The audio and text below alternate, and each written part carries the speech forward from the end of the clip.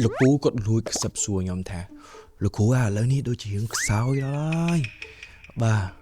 ហើយហេតុអីទៅបានខ្សោយអញ្ចឹងបាទចង់ជំរាបជូនលោកពូទាំងអស់គ្នាថាបើសិនជាយើងមានអាយុបាទរៀងឆេបន្តិចបាទចំណង់ផ្លូវភេទរបស់យើងអាចនឹងទៅតាមនឹងបន្តិចដែរព្រោះ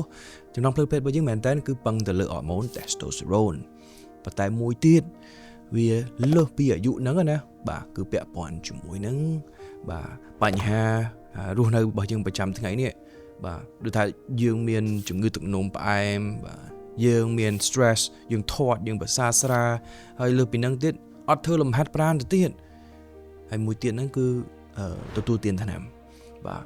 អ្នកខ្លះគាត់ទទួលទានថ្នាំបញ្ចុះសម្ពាធឈាមអ្នកខ្លះគាត់ទទួលទានថ្នាំសម្រាប់ឲ្យគេងលក់បាទនោះហើយគឺជារបស់ដែលបន្ថយចំណង់ហ្នឹងអញ្ចឹងបើសិនជាចង់កែសម្រួលវិញកុំភ្លេចទៅរកមើលគ្រូពេទ្យសួរនាំគាត់បាទហើយគ្រូពេទ្យឯកទេសផ្នែកហ្នឹងណាគាត់អាចនឹងមាន